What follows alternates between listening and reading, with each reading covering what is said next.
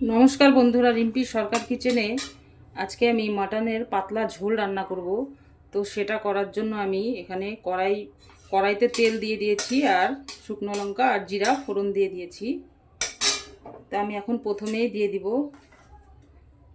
পেঁয়াজ কুচি।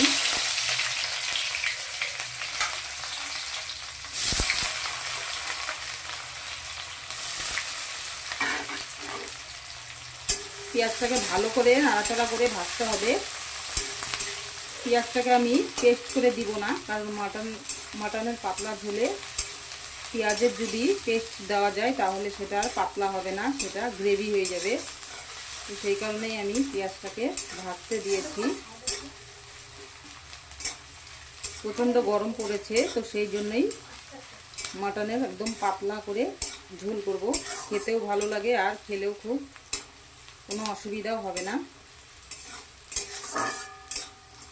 তো পেঁয়াজটা ভাজা হতে থাক, ততক্ষণে আমি মাটনটা ভালো করে মেখে নিই।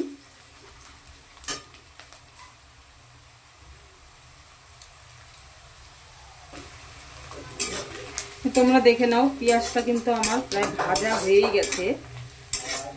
তো আমি এখন মেখে রাখা মাটনগুলো দিয়ে দিচ্ছি।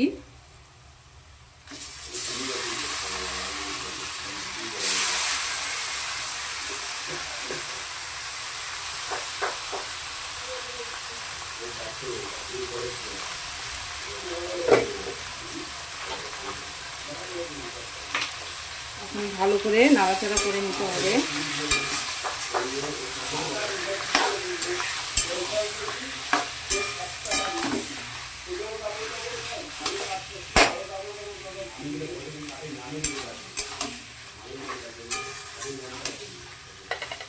মাটনের জন্য কিন্তু আমি আলুটা প্রথমে ভেজে রেখেছি।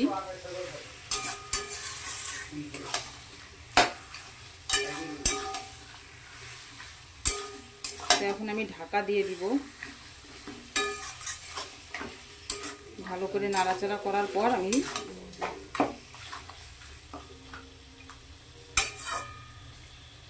দিয়ে দিব ঢাকা।